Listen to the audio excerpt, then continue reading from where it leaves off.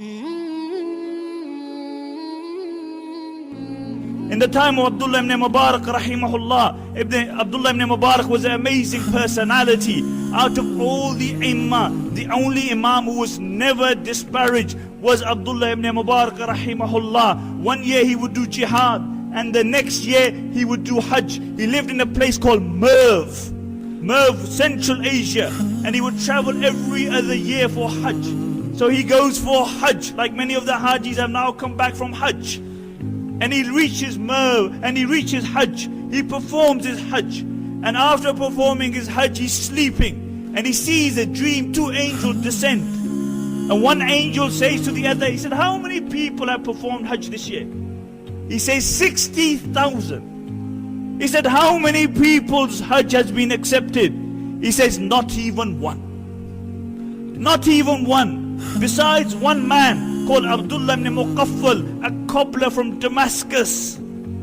He didn't even attend the hajj, but Allah accepted his hajj.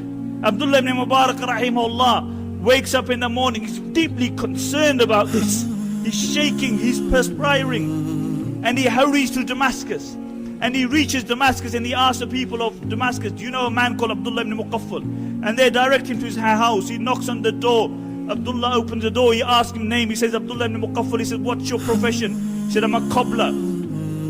So he says to Abdullah, he said, I want to ask you a question. I saw a dream, and I want to ask you about this dream. So he relates the dream to him. And Abdullah bin Mubarak says, I'll tell you, I am a cobbler, and I had a deep desire to perform hajj, but because my income is very little, for the last 20 years I have been saving up to perform hajj.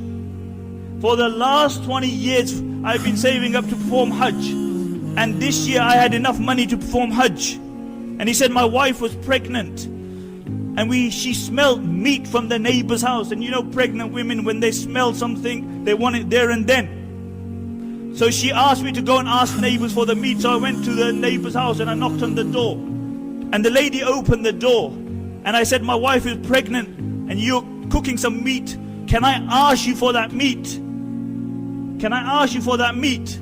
And the lady said, the meat is halal for us, but it's haram for you. And Abdullah bin Mubarak said, how's that? Halal for you and haram for us? And the lady said, that for many days my children have had nothing to eat. They've been starving.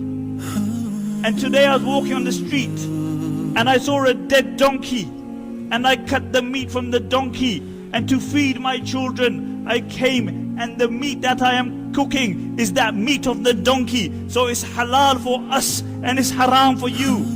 And Abdullah bin Mubarak says, I went home. I bought all the money that I had gathered for 20 years, and I gave it to this lady, and I said, this is my hajj. He didn't even perform hajj, but Allah gave him the reward for performing the hajj.